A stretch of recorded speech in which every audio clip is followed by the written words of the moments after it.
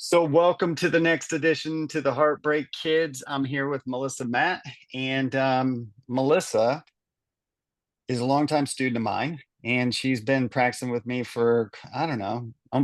Is it 10 years, 8 years, something like that? It's eight years. Yeah. Eh, Yeah, 8 years. Longtime student. She convinced me to be on my own podcast. So I told her to prepare some questions. I don't even know what the questions are, to be honest with you, but we're just going to see where this goes. I don't, you know, One other time I got asked a few questions on my podcast, but I feel like now, just because of, April and Trinity Foundation, all these things, it's maybe appropriate for us to talk about. So let's do this. So what do you want to ask me?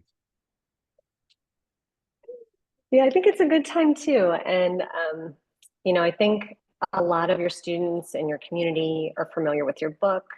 They know kind of the past version of your story of addiction, recovery, finding your yoga practice, and how that's changed your life. And I think a lot of people have been inspired by that journey.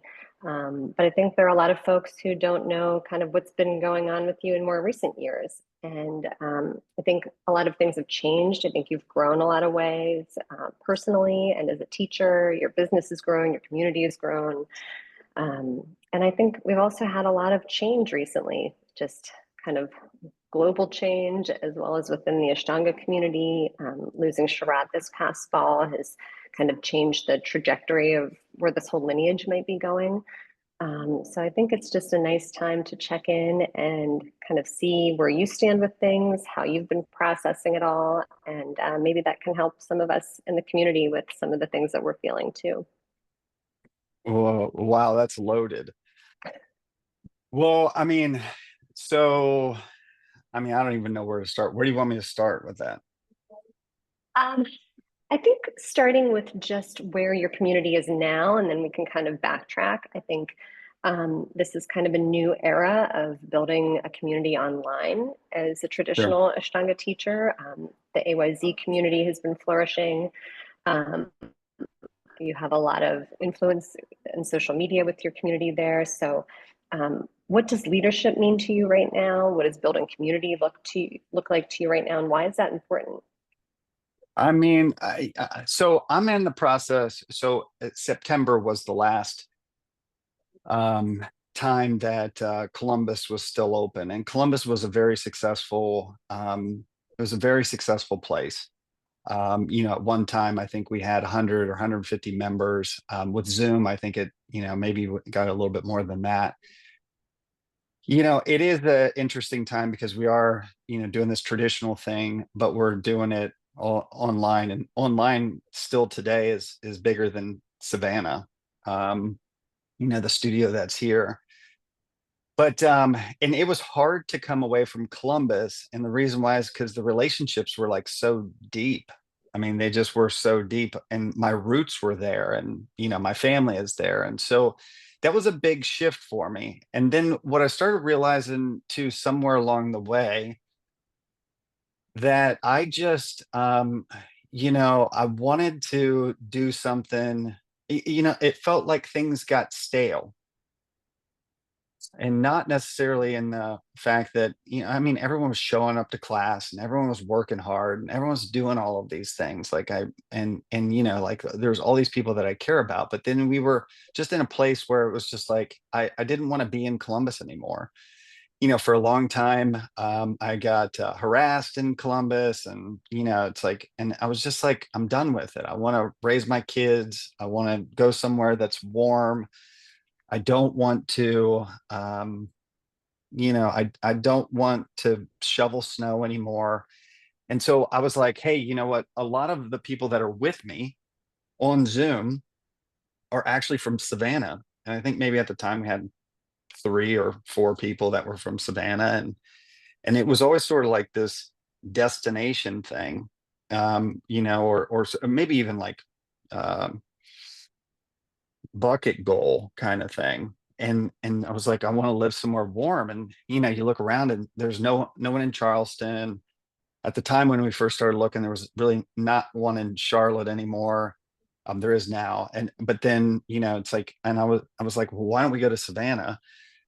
And so I made the decision to start looking for houses. We sold our house at the top of the, sort of the top of the bubble, and we were able to build a house in Savannah. And I feel pretty grateful for it.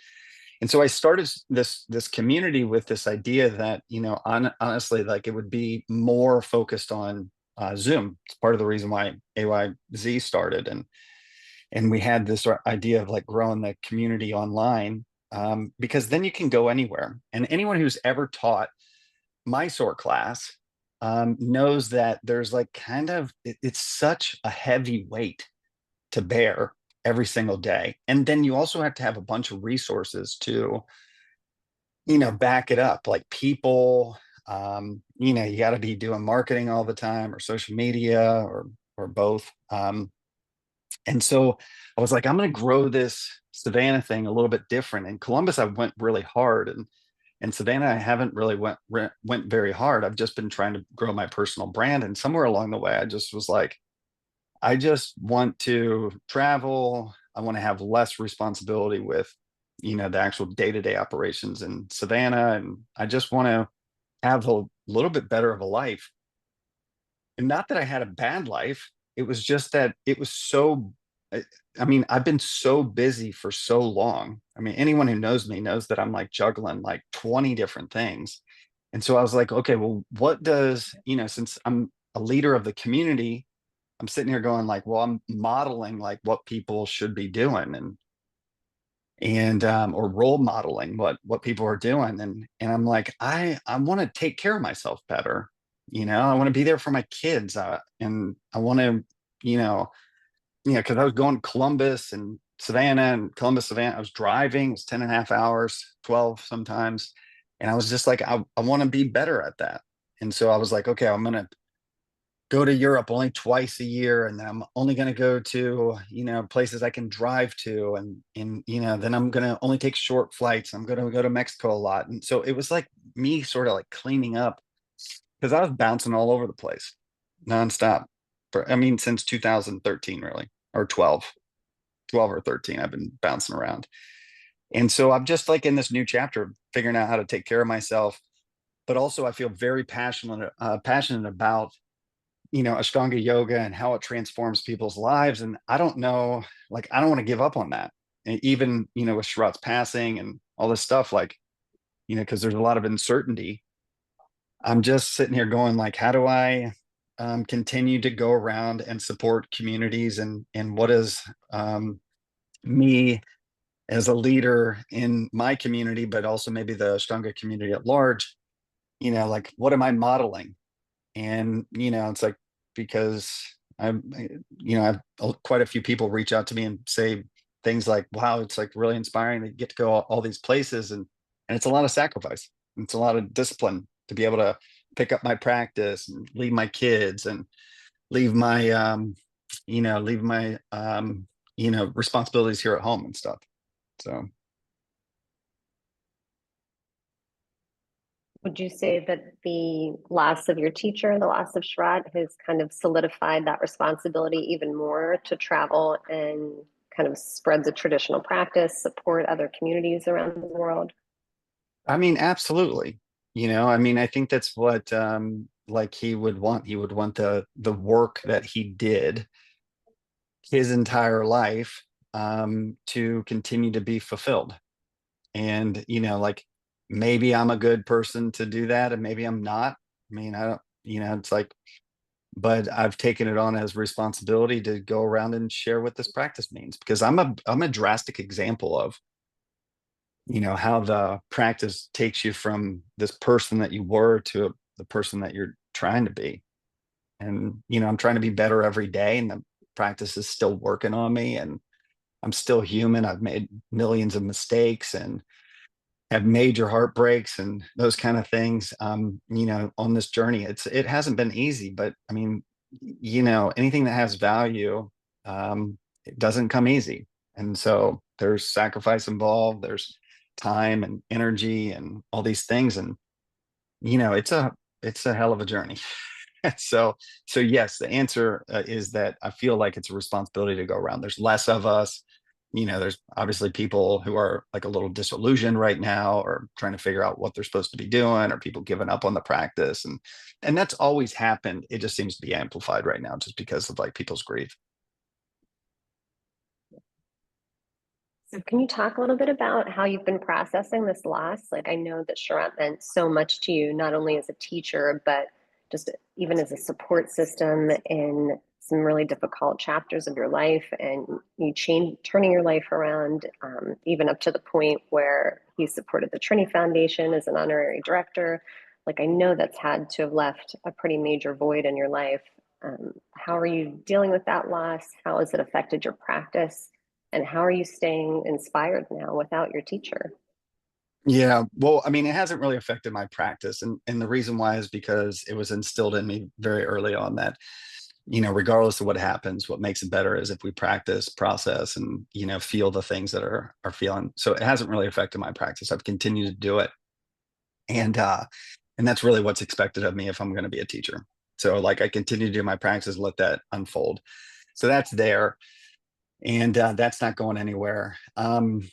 But how have I been processing it? I mean, I've been processing it with my with my practice, which I don't really think that's what the practice is for, but it tends to help.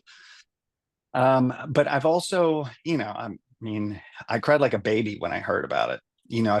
I felt it in the air, with his passing. Why I hopped in the car and drove straight to Charlottesville, even though that wasn't part of the training.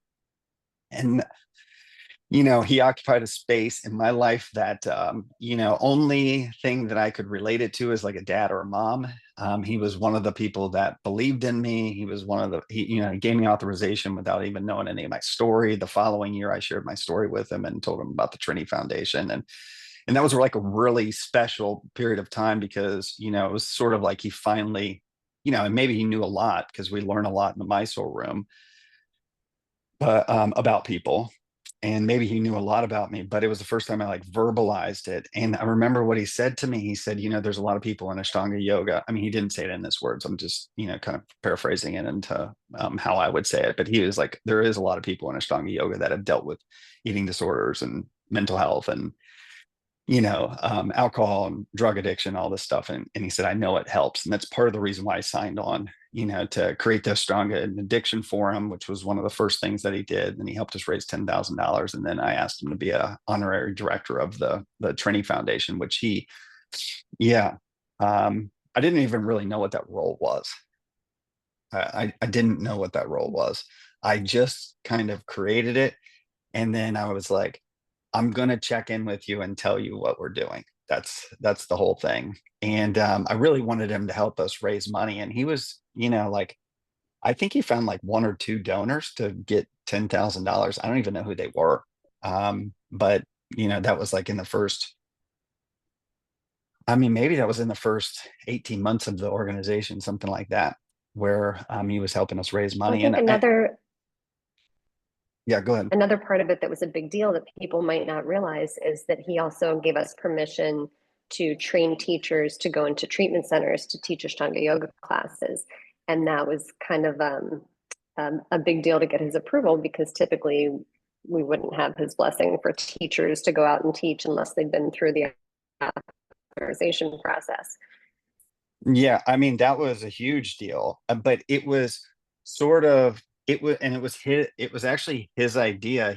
As the conversation sort of evolved, it was just like, we need to make sure that the people that are going into these places aren't not just practitioners; they're actually like sensitive to the things that are being dealt with this population. And so, like, part of the trainings that we do is like you have experts there that talk about the field, and we have people who give experience, like even several of the trainings, like we went to NA and AA meetings so that people like sort of, can get a little bit more dialed into what the actual problem is. Because most of the time they know that there's a problem. They just don't understand. No one understands it. It's like, it's never over. Like it's at best, best language would be like it's in remission. And so like his idea is that and I don't want to say trauma sensitive. It wasn't really that. It was just more like sensitive to the ideas that these people might be struggling with, and making sure that they were teaching the tradition with some sort of integrity, instead of like just throwing it out the window and just having them sit there and breathing. Like that wasn't the thing. It was like we get them moving. Like, I mean, his objective was to really almost create a modified sequence for us that we could get in there, get them moving right away, get the drugs and alcohol out of them. Because sometimes I was telling them like, hey, this is happening in detox centers. Like people are still on the drugs, coming off the drugs kind of thing. And so, yeah, I mean, it was a hell of a ride. And it's part of the reason why the Trinity Foundation is so successful is because, he helped us with it. Like he wasn't against it. And he gave us the opportunity to train teachers. And we've trained probably roughly 100 or so teachers. I don't know the actual number, but, and as the time went on, like after 2016 or 17, when this all kind of went down, he was obviously less involved. He got involved in other things, like I think more specifically in Mysore and stuff like that. But I still kept up with him, sent him the emails. Sometimes he would respond to him, sometimes he wouldn't, which I totally got. But I was sending him numbers, I was asking him for help or some sort of ideas and stuff like that. It was a real privilege, actually. It's like he occupied this space that, he wasn't really my friend, although that we were very kind to one another. He also wasn't my dad, and I never put that on him. He was just someone like a role model that I looked up to. So, yeah. And so it's been hard. And also, I think it's, obviously disheartening that there's so many things going on in the community right now, too. So I think it's pretty disheartening. But, unfortunately, it's pretty natural for it to happen. So. So where do you think that comes from? I think, there's been a variety of messages that we've seen online. We've seen some of the teachers and communities kind of create a sense of positivity and drawing together and carrying on. And we've seen some people with a lot of negativity or drama or judgment, and it feels kind of divisive. So where do you think that's bubbling up from? And then how do we resolve it? Like, how do we move forward? What do the next steps look like in the future of our community and our lineage? I mean, I just went through all the scenarios that I could say in my head, and it would cause problems in either one of the groups of people. But here's what I'll say, and I'll try and be as diplomatic as possible. First and foremost, the most important thing, and the only thing I respect right now, is the fact that the family needs time to process whatever is going on. Everything after that happens second. I don't care about anyone else's feelings. The family needs to process it. Yes, it's been hard on me. It's harder on them. They lost a dad or a husband, that kind of stuff. And everything after that, is obviously second. And how do we move forward, or how do we do this, or where is it coming from? I mean, I think that he was a clear leader. He was a good person to look up to, because he just sort of was a good human being. And now there's not someone that's sitting up there and sort of like holding the rudder of the ship. And so people are like, who's holding the rudder? Like, we want to know who's holding the rudder. And it's, unfortunately, it comes around about politics and those kind of things. And it's fine. People are hurting, all that kind of stuff. The family matters the most, though. I don't care how much the teachers, Shret's teachers, are hurting. Any of the fighting is not okay. Just let them do what they need to do. We'll get some direction. We'll move on from there. But I think it all just comes from hurting.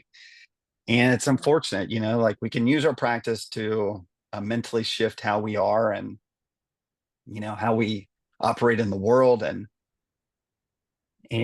this has given us an opportunity to use our yoga practice to, process grief, if you want to process it that way. And so, I mean, I understand it. I'm not getting involved in it. Don't want to get involved in it. my job is to care for the people that are in my community. Like those are the people, I don't necessarily, even though that I go out and teach in the, workshops all over the place, I go, my responsibility is for the people that show up to my class, not to someone else's class. They need to take care of those. Um, and I don't think that I have a strategy for what's going on. There's been a bunch of ideas that are floating around, and those are for someone else to decide, and someone else to process, and figure out what's best. And I think that everyone deals with it differently. And I think that sometimes there is more of there's people with deeper connections than what I got.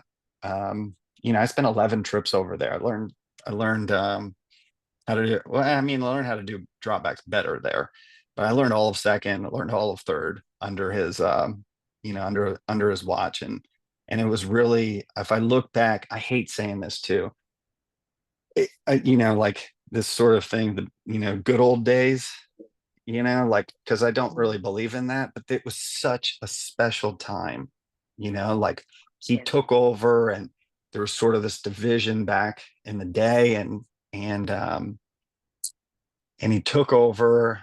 And when he was doing his conferences and all this stuff, I was like, exactly in the right place where I need to be. And I got everything that I needed, and everything that I ever wanted. Ashtanga yoga has given me an opportunity to give back, where most of the time and most of my life I've just taken and hurt people. And I don't want to do that anymore. And the yoga has given me this observation, and given me this space to make better decisions, and all this stuff. And it's pretty powerful. And those were really pivotal years to just sort of shed the old skin, or shed a few layers of the onion, which I don't know if it could have happened any other way. you know um I gave my heart and soul in Mysore, and I was able to connect with my family there, because we brought my family most of the time, or almost all of the trips. And it was just sort of this profound opening of heart and opening of a mind that, I mean, I don't know if I don't, I mean, I don't think I'll ever get that anywhere else. So I try in my practice every single day to just be like, you know, like I want to find the space that I found in Mysore. And maybe, that's part of, like, I don't know, the addiction, in parentheses, like addiction, or maybe it's just like sort of um, this idea that I'm striving for. I mean, because sometimes it's good and sometimes it's bad. And I will tell you, in Mysore, they were 99% good. And I gave the effort necessary. And, life in the West, I feel like, bogs us down. And it's stressful, and there's competition, and there's, it's like I mean, there's just capital. I mean, there's so many things that, we could say, and it's just a lot harder to access the purity of it. So, Right. Yeah, I yeah. think it's such a unique opportunity for that immersion, which is probably why so many people get something so special out of that experience of being in Mysore. Like, in the day to day, we do our practice, and then we, hurry up and take a shower and go to work and get the kids to school and kind of dive back into life. So I think just having the opportunity for that time to kind of seep in the things that are coming up and the studies and the community has to make it super powerful. Yeah. Yeah. And I just think that what I'm going to do is just try and take care of the people that are around me, continue to do my practice, and continue to work on myself, and continue to clean up my side of the street, and continue to do the work necessary in order to be a better human and a better teacher. And that's really it's not that I need to be authorized level 2 and I need direction from the school right now and all this kind of stuff. It's not about that. It's just like the real work has just begun, kind of thing. Yeah. I think, watching you and how you've kind of moved through this time period, I think you have a deep sense of resilience. And part of that might just be from some of the struggles in your past and how low some of those lows were. And you have the capacity to come back from difficult things. And I think, like we were saying at the beginning, a lot of the community is familiar with that story that you've shared of your life 19 years ago and kind of how you turned things around and created the life that you have now.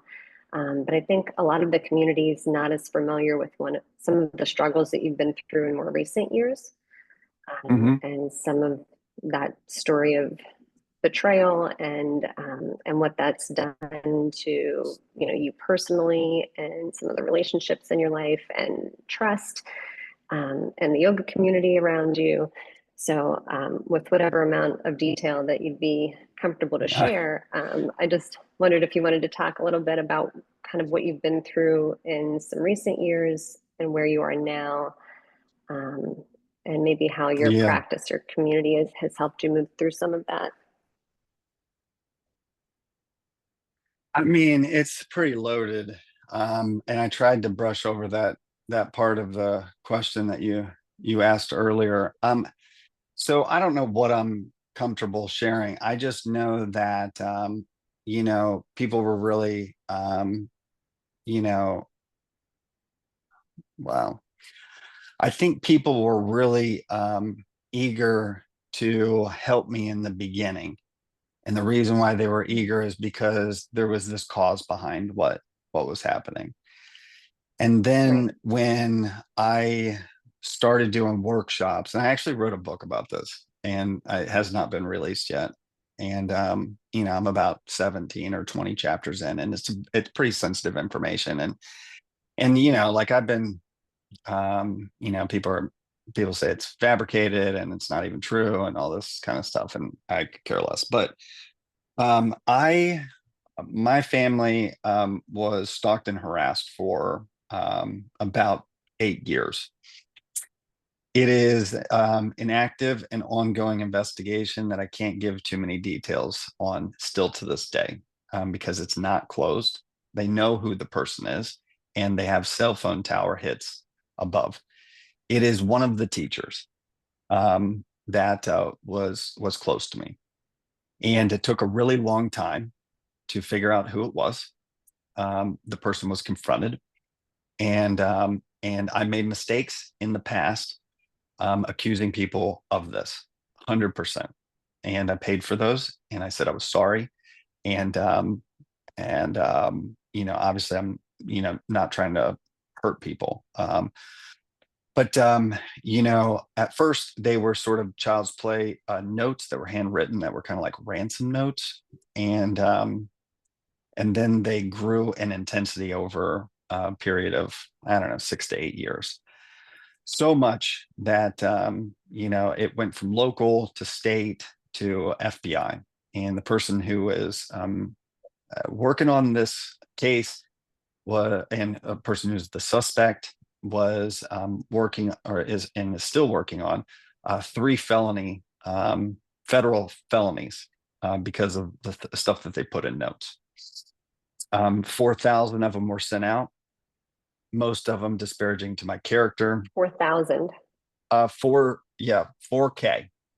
4K. In addition to that, there was maybe 1,000 text messages and emails that even Sherrod himself got, and teachers around the world got. And most of it I was able to sort of like kind of brush off, but there's sort of like this lingering thing that continues, and it's fine. I'm okay with it. It doesn't matter to me. What I've realized through the journey is that so often I was like, oh, it's like this person's dealing with PTSD, and I didn't really understand what PTSD was. And what I realize now is that because of the severity of an escalation of these notes, um, that eventually I was diagnosed with PTSD, and then also had to figure out how to put myself back together.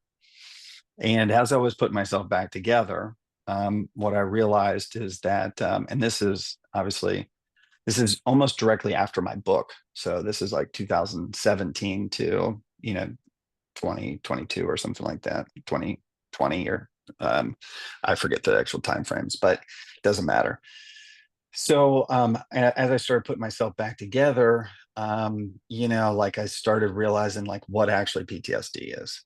And it's sort of like this rewiring of the brain. And then I saw an opportunity to take my life and the work that I was doing and kind of take it to the next level. And this is when I really started getting busy because, I used to say like, oh, I'm of service to the community and going around, but now I feel like I'm actually part of the service. And yes, I made 100 mistakes along the way. And I also feel like a certain part of me, it broke this very fundamental thing of like hardness that I had.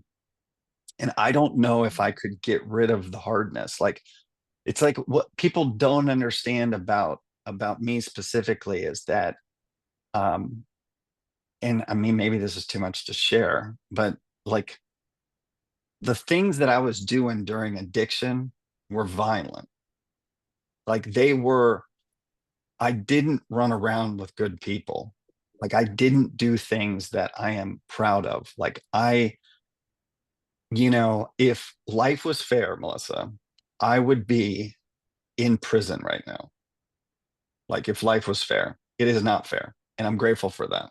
And most of the time people think about it the other way. I didn't get what I needed or whatever. And I've been given really a second and third chance. And so, I got this, like I was in this really scary place, like during addiction. And so I got to figure out sort of I got this hardness around me. And you could say it's good or also I think a lot of people say like, oh, it's too strong or it's, that kind of stuff. And I also it's okay if you don't like me. Like I don't need to be liked. I have done enough work on myself that I'm okay with being who I am. And if I'm okay with the mistakes that I've made. I'm okay with making amends. I'm okay with accepting responsibility of, my side of the street. I'm okay with all of that kind of stuff. Where I wasn't before. And there was like this hardness around me that could not be accessed and lack of vulnerability. And writing the book gave me the vulnerability. It really did give me vulnerability because I was finally like taking these skeletons and bringing them to the forefront. And I'm still a strong male teacher, but I'm also, I mean, I'm funnier than I was. I'm less sarcastic than what I was.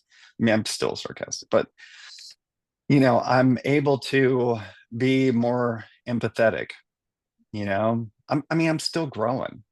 Like I'm not perfect by any stretch of the imagination, and I don't expect to ever be perfect. I think that's kind of a lie that we tell ourselves. But this fundamental shift that I don't know if I looked at sort of like the things that were happening during that period of time, and I was like, oh no, it's like, why is this happening to me? And my yoga school's taken off and my workshops are taken off and all these things. And you could sit there and be like, oh, I'm a victim of this. And of course we are, like part of the reason why we moved to Savannah was that we were tired of being harassed and tired of being around people that, that we knew were involved. We have actual facts of, people that are involved, but just nothing has come from it. And so we're just tired of it. It's not just about shoveling snow. Sometimes it's about like, I just want some sort of change. And, I had a new opportunity to come down here and, it's like, but I was picking up the pieces of myself. And there'd be times where I'd be like holding space in the Mysore room, knowing that some of the people were involved in some of the stuff that we had going on. And some maybe knowingly and some maybe unknowingly, of course, because the person who's responsible for it was, obviously a master manipulator. And so, putting myself back together was the lesson.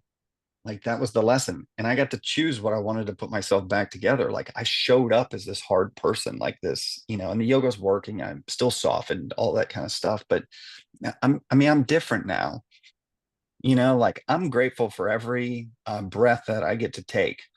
I'm grateful for everything that it's in my life. And I've been given this opportunity to go around and teach, and I don't know who gave me the opportunity. You could say it's Sharat, you could say it's God, you could say whatever it is. Like, I don't know. I really don't know. I just know that I'm just trying to carry the message that people can, get sober, people can live better. You can be as messed up as I am and deal with PTSD and have to figure out how to put yourself back together and be totally anxious and totally depressed in the exact same moment and continue to put one foot in front of the next, create rapid change and ripple effects in your local community and the community at large, like period, you know? And that's what I've been trying to do. And so I've got busy. My workshop schedule got more full. The people who resonate with me, they come, and people who don't.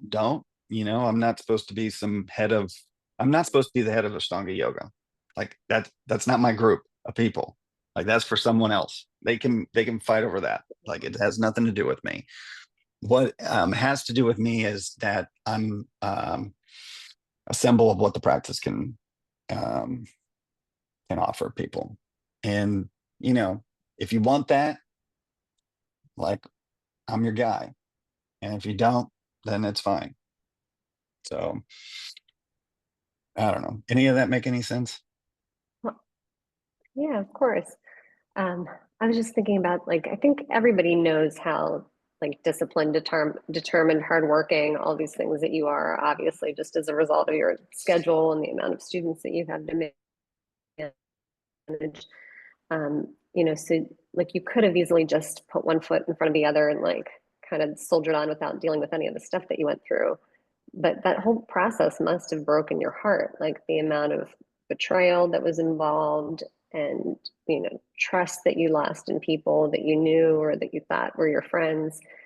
Like, how did you actually get through all of that? And like, what have you learned as a result of that? Well, I mean, my heart was broken long before any of this stuff happened. Like it's been broken since all of the bad decisions that I've made. Like it's never not been broken. My podcast name is the Heartbreak Kids. It's like um it's always been broken. And you can say fundamentally, like you know me wanting and doing yoga is because I'm trying to put my heart back together. And so I mean, yeah, betrayal, like that's a real thing. And yeah, the sadness and all this stuff, that's a real thing. And I mean, I have a good life. Like I have a good life. And any moment, even like Shrat's passing, and like I'm like on the verge of getting emotional. So I'm gonna back it off a little bit. Um, Even with Shrat's passing, you realize that you just actually you don't even know how much time you have. Like you have no idea of how much time you actually have to do whatever you're trying to do. And I don't want to waste any moment sitting there saying like I'm, you know, a like a victim of something. Yeah, people broke my heart and it's fine. It actually is fine. Like that's what happens. Hearts get broken. Love is courageous. To care about someone is courageous because really like it's so easy to break, like it's such this fragile, amazing thing. And it's like, man, to love is to hurt, and I had real care and love for the students that I had back in those years, and a lot of people left, and they needed to go somewhere else, And part of the journey of the teacher is to let them come and let them leave and let them go wherever they need to go. And it's okay if they want to go practice with someone else, or if they want to go practice with Pilates or any of that kind of stuff. And, so I don't know if that really answers your question, but I do think that there's just like this level of like, I don't know, do I have time for that? Like, do I have time to sit there and go like, oh, I wish everything was different? It's like, no, I don't have time. None of us really have time. And this idea that did it need to be processed anymore? Any of that kind of stuff? Like, I mean, maybe. But I know that I put one foot in front of the next, and I was never like, I got a bad life because, like people or whatever. Like, it's just not a thing. And so I don't spend time on that. My mom taught me from a very early age. She struggled after my parents' divorce. She struggled a really long time. She dealt with like mental health, and she's anxious and fear of the future and all these things. And what I did in that moment, which really shaped, and you just mentioned it, but what I did in that moment is I said that I was going to protect and provide. And that skill that I learned when I was 15 years old, that I was going to take care of someone else's emotional health, which is almost impossible. I mean, it is impossible to do. Like, most people you just have to take care of yourself, kind of thing. But what I learned during that period of time is that I was capable of withstanding leading a family at 15 years old. And I don't even know if I did it well, but responsibility of bills and responsibility of like, taking care of stuff. And eventually like that broke me, but also it still teaches me and informs me to this day. It's like, there's like, I am able to stand steady, you know, and weather difficult storms. So yeah, but saying all that, like I mean, I don't have any, um, like I have a good life, and I want to continue to have a good life. And so many of my friends have died because of situations that been put in, maybe not as drastic as what I'm talking about. Um, to use again, or to think that they're okay, like by having one or that kind of stuff. And it's like, when I was releasing my book in 2016, I was just like, I was freaking out, like sold a massive amount of copies. And then all of a sudden it's like, I didn't want to release it because I felt like I was going to be judged. So I kind of got talked off a cliff by someone who was, close to me. They were like, hey, you know what? It's like, you need to share your story. It's like all your friends are dead. And, I've shared that in podcasts before, but, the fact of the matter is like, I didn't deserve. Um, I had like this opportunity to shine light on something that is difficult, and I'm not scared of it. Like, I'm not scared. And I shared my story to share Is some that why hope. you're willing to be? Yeah, I was going to ask you about that. Like, why are you willing to be as authentic and open and vulnerable as you are with some of this stuff? Being that, so you had that, opportunity probably when you were in Mysore and developing your relationship with Sharat, becoming authorized, being among the community there. There are a lot of teachers within the community who, put on a very polished front, right? Like a very camera ready version of themselves for the public, for social media, for this kind of thing. But you've always had more of like a rawness and a grittiness about your message and what you're willing to share. Like, it could have been very easy for you to make the other choice where you had your, for TV version of Taylor and like your actual story. So what has allowed you either the confidence or the vulnerability or just the willingness to be authentic and share like where you really are with things. Oh man. Um, well, first I have to thank the people that are around me that continue to check me, like yourself and some of our, like sort of my inner circle, because I feel like they help me stay in check. I think that's number one. Number two is I really had good sponsorship around me to encourage me to do the work necessary to be comfortable enough for myself to be judged and to be okay with being judged. Um, and to take me or leave me is in my perspective is an attribute of confidence. Like it is an attribute of like, this is who I am and you can take me or leave me. Like, I'm not claiming to be someone else. And early on in yoga, when I was doing these workshops, I realized, and not like taking workshops, not doing the workshops, sorry. I realized that people like put on this, you know, like they were one thing on social media and then they were another thing in person. Like they're a vile person, and then all of a sudden, like they're amazing, light and intuitive comments and you know captions and all this stuff and sharing quotes about liberation and all these things. And it's just like I didn't want my process of becoming sober was to be me. I was not me when I was in addiction. Like I put on a mask. I was able to fit in with anyone.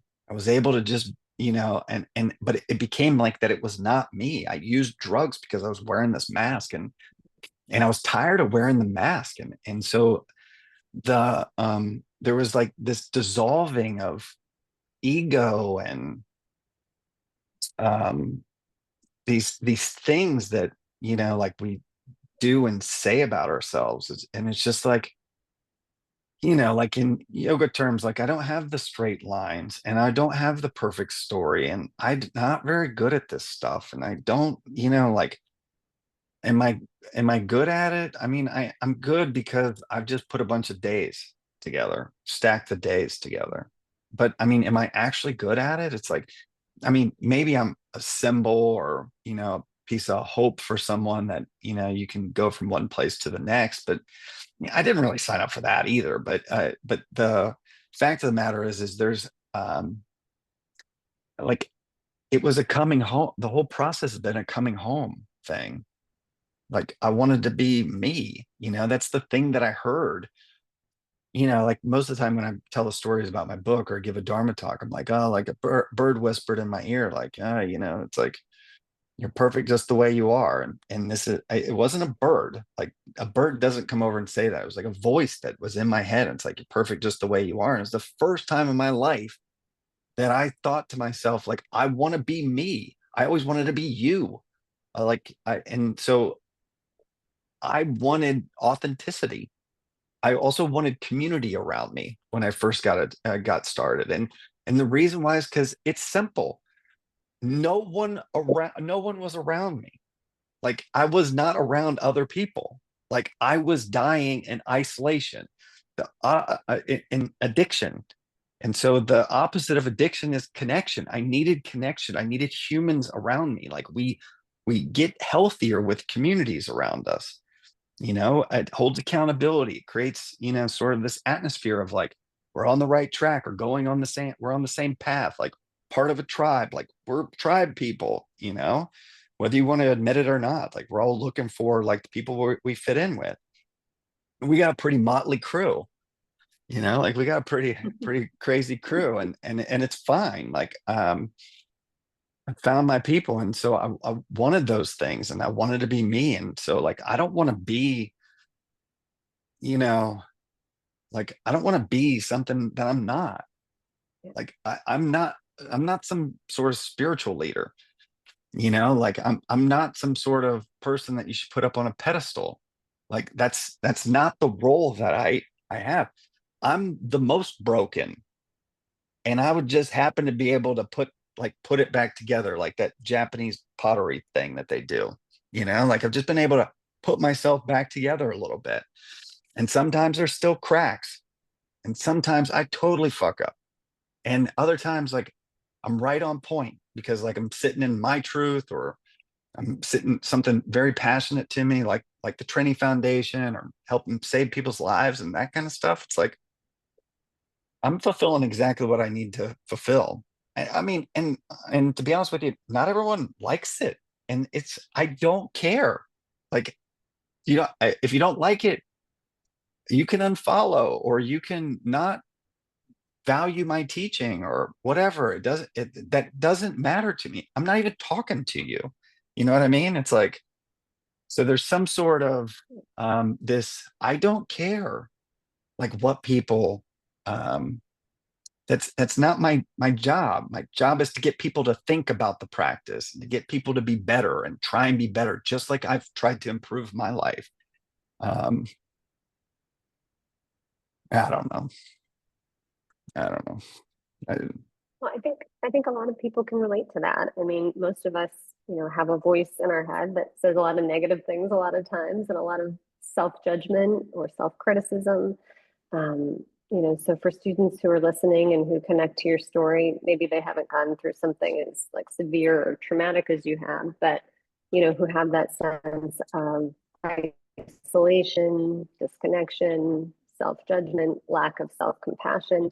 They feel like they've kind of plateaued or they're demotivated. Like, what is your advice for like ways to get things back on track, or ways to pick yourself back up again? well, first, I think that you need a teacher. I also think that regardless of whether you're sober, you need a sponsor, someone who tells you the truth all the time. I think you also got to do the work necessary in order to clean up past things, so that you can move on, and so that you can process it.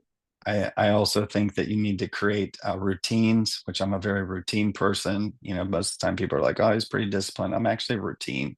I don't know if I'm actually disciplined. I'm actually a routine people, but a person. But so you create a routine, you create these habits, and then all your job is to just continue to beat that drum. And that's all I've done the entire time. Just continue to beat the drum, and I know the practice. I know what I'm supposed to be doing. I know when I'm not doing it. I have people around me that tell me the truth, not people that pat me on the back and say like, it's like, you're awesome. Like, I don't really value those people. Like, I value the people that are like, that was kind of messed up, and it's like, yeah, it was. You're right. Do I owe an amends? So I reach out. It's like that. Those kind of things matter to me the most, and yeah, and so if you are a person that is kind of dealing with that, set up some systems in order to get to a different place. Like, it's one thing to have goals; it's a different thing to have a system. And so, have a system that you're trying to follow. Like football teams talk about it. So like, Those kind of things. So, yeah. So when you're home and you can be on like a regular schedule, like what are some of the parts of your routine that make you feel good, that set you up for success, that get you back on track if you've been like upside down from traveling, this kind of stuff?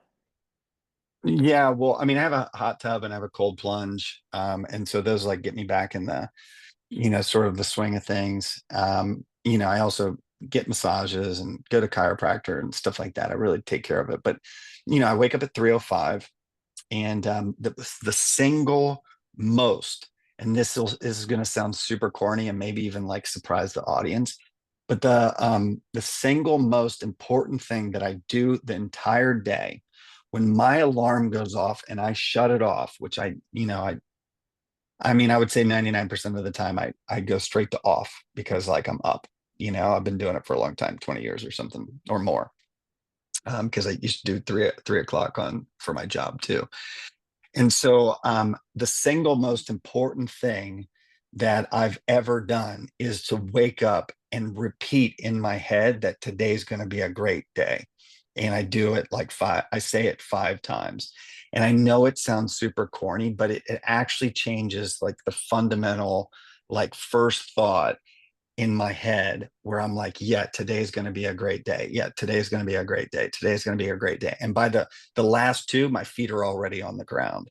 And it's actually shaped the entire thing. And then after that, for the longest time, I like prayed to something that I didn't know, and maybe I still don't know. But when I turn on my shower, I do not turn the light on in my bathroom. Like my light stays off. I like I'm in my towel. I get down on my knees and I say my prayers on the bathroom floor. And every single day, I ask, in addition to like, I'm going to have a great day, have a great day. My prayer is that I'm able to get out of my way and show me your will instead of like, let me do my will. And every day that I've done that, I have been successfully sober um, ever since I first started doing that. And I've done it since the first day that I walked in the treatment center. So, and so maybe they could adopt that too. That's pretty cool. I don't think I've Those ever are told great. anyone those things. No, I don't think so. It's very cool. And it's stuff that everybody can do. Everybody has access to. You don't have to go get a membership or some kind of special piece of equipment or an expensive supplement or any of those stuff You're to right. make a difference. So, All right. So talking a little bit about sobriety, since that just came up, what is the process like for you now? Like now that you've been 19 years sober, is it still something that you struggle with? Is it something that's just like these routines are automatic for you? Does it change depending on the stress level, what's going on in your life? And then um, if you could just kind of touch on Trini, the service work that you do and how that plays into your long. yeah. Um, well, so, um, I mean, my sobriety is dependent on things that I do, and I have to continue to do them because it's really easy for me to forget. And like actually part of the disease is that we forget, like we think things might be different this next time, and that's usually when people like me die. And so I have to continue to do that work. And when I first got into recovery, I was maybe one bad decision away from drinking and using today. Today I'm much further. But is it something that I struggle with? Yes. The reason why I struggle with it is because it's expressed throughout my entire life. It doesn't matter what it is. It doesn't matter if anything self-destructing, I can use it to kill myself with. Sugar, food, I mean, sex, money. Like down the line, gambling. I mean, you go down the line of all of the AAs and NAs and all A's, like, all these different, acronyms or whatever they are. Like, like I can be that. And so, do I do those things? No. But are they there? And could I go into those? Of course I could. And so I'm constantly vigilant with regard to my sobriety because I'm just trying to make sure that I'm making right decisions. And it's part of the reason why I think it's so important to have like good people around me, to be like, oh yeah, to help me navigate situations. And my sobriety network is huge. I mean, it's a bunch of guys that, help me and I help them too. So, is it there? Yes. Do I struggle with it? Yes. Do I go to meetings still? Yes. Do I work the steps? Yes. I work the steps like once a year, you know, um, and I will continue to work them. I'll continue to do the work necessary. And then, like the 12th step is the service that you give back to the community. And part of that is expressed through my teaching, and other part of it is expressed through some of the other service works. Like recently, I've done a couple speeches at like, homeless centers and mental health and addiction centers and things like that. Um, but I go around to be of service. I mean, I took a lot. I was violent, basically a felon, and living in crack houses and thinking about robbing and stealing from people. And I'm just trying to get back so that I'm not that person anymore. Like it's right there, sitting there. I don't want anything to do with it.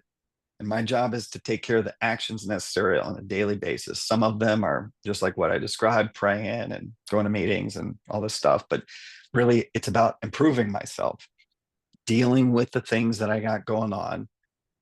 And so that I don't need to seek some sort of escape out of my reality through any of those things that I mentioned, narcotics, drugs, all, gambling, any of these kind of things. And um, so it's there, but I really try and be of service to the community. And sometimes I'm doing a good job with it, and other times I can be doing better. And I think that I have more to give. And I'm grateful that I have an opportunity to give. I'm grateful that I'm in the place. Like long-term sobriety is not, um, it's not really celebrated that much. And part of the reason, because not a lot of people make it to long-term Right. sobriety. Yeah. So, yeah. So I'm just I was wondering if it's grateful. similar to kind of being in the practice for the long term, because when we first start the practice, we see these like big mile markers, right? Like somebody who starts and they can't even touch their toes, and now all of a sudden they can grab their big toe in triangle pose. And like we kind of make these big accomplishments as we start to get more dedicated, and those are highly celebrated. And then, Mhm. once you've been doing this practice for 5 years, 10 years, 15 years, right? Like we don't see those big changes anymore. It might be something very subtle, like the way we're able to engage our lat, or the way we're able to calm our breathing, things that we don't get a big pat on the back for anymore.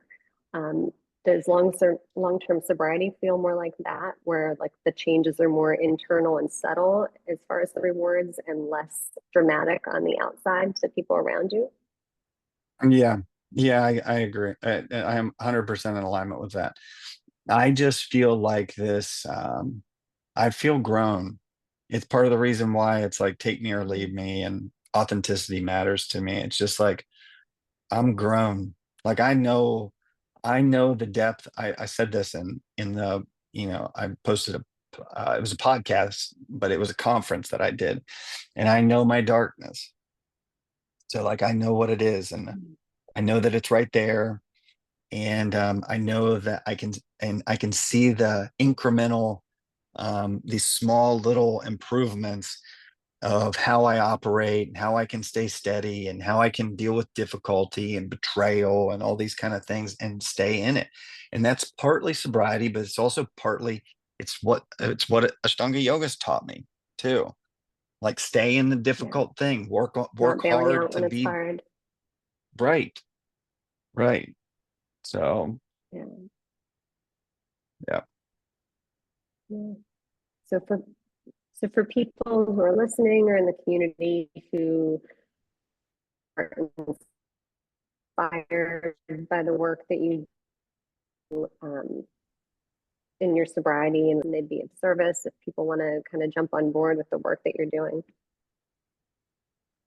Yeah, I mean, the easiest thing is like if you're really inspired to be a teacher, or you're really inspired to, help other people achieve sobriety or those kind of things. Like, I mean, I think the first step is like to somehow get involved with a local, something in your neighborhood that you can be of service to. Like, but if someone needs some help, or they want to get involved with the Trini Foundation, like they should reach out to me, because I mean we need support. I mean, obviously, like the Trini Foundation needs donations and people who are, volunteers and teachers to teach, and just down the line, like all of these, even administrative stuff to do. There's so much to do. I mean, Melissa, it's a huge problem. Like it really is a gigantic problem. Actually, the Trini Foundation just posted something, that's like Yeah, 70% I see increase of today. alcoholism. Yeah. I mean, and that's just the ones that Right, Yeah. right. And they're saying it's Yeah, this is what's 70%. reported. This is what's Yeah, reported. Yeah. I mean, the statistic is obviously higher than that. It's like 70% of, increase in alcoholism, all that kind of stuff. And so it's just huge. And so more hands on deck, and to be of service, it's like what the Gita talks about. It's, I mean, even parts of the Yoga Sutra is like, sort of like being of service. There's like this idea that, we need to go help our fellow people. And it's like, that's what we should be doing. And if my cause aligns with yours, like, hey, come help, come to Savannah, or come, teach a class, or teach a donation class, or, you know, um, yeah, like reach out to us, get involved. All right. So one last question for you. So I Okay. want to know, like, what does the future look like for you? What inspires you? What gets you excited? What makes you feel motivated? Like, where do you see yourself headed in the next 5 to 10 years, in your personal life, in your teaching? What are Well, you I fired mean, up about? yeah, having kids is really one of the best things that I travel a lot, so I'm not able to see all of the small victories, but get to see like sort of these drastic examples of how my sons are growing up to be better people than their dad will be, or ever will be. And I get to see my daughter, perform well with volleyball. And I get to, I get to be a dad. I don't have to be a dad. I get to be a dad, and I'm choosing to be a good one and be supportive of them. And so it's one of the things that maybe is the greatest joy that is in my um, greatest joy that's ever been given to me, is just watch my kids grow up. That's been really good. But as far as career, You've got cute ones, so yeah, yeah. I mean, I'm sure people say that about ugly ones too, but watching their kids grow up is something special. It really is. But so yeah, career wise, I'm going to continue to do what I'm doing. I have a couple books that I'm thinking about putting out. Obviously, I want to be sensitive about the one that because it affected a lot of people. I want to be sensitive about it. So I've been working hard on it, because that story really hasn't been shared. I've just kind of kept it secret. We posted about it a couple times, but most of the time we've just been kind of suffering silence. And so I feel really passionate about that. I also have some speaking gigs coming up, which I feel like are good for me. They sort of stretch me and get me a little nervous. I tend to not get nervous or fearful with many things, and so it's good when I get nervous. And I'm going to teach some more retreats. I'm also pretty excited that I'm considering like doing a month-long thing in Savannah, which I think would be really cool. And then, I also have a couple projects that I'm not willing to discuss with anyone until they're already finished, because I don't want anyone's opinion about them. And I also, so that's one thing. And then the next thing is, I've been really getting a lot of joy out of helping business owners navigate current economic stuff. And this is not just yoga businesses. This is a bunch of different businesses, um, to grow them and to have them thrive. And because a lot of people who own their own business are not necessarily business people. And I was basically, from an early age, I was sort of taught business ideas and sort of getting these kind of business things done, whether it's loans or QuickBooks or accountant stuff or financials and those kind of things. It's just been sort of like this thing that I've learned from a very young age, and so I've been getting a lot of joy of just helping business owners be more successful. And one of the yoga studios that I work with is basically grown 40%. Other one maybe grew 20% in membership and revenue and all this kind of stuff. And so I've been doing a lot of that too. And I just kind of do those on Zoom and kind of meet with them. But it's very fulfilling, because it's just like another avenue of just helping people in a different way. So yeah, well, that's awesome. Well, yeah. On behalf of our community, I want to thank you for all you do and for continuing to keep us inspired and motivated and connected, most importantly. So. Yeah. Yeah. Well, thanks for forcing me into doing this. I don't know if we'll post it, but we'll see. I need a couple days to process it. Thanks. Thanks, Well, Melissa. we're grateful for all you shared. Yeah, thank you.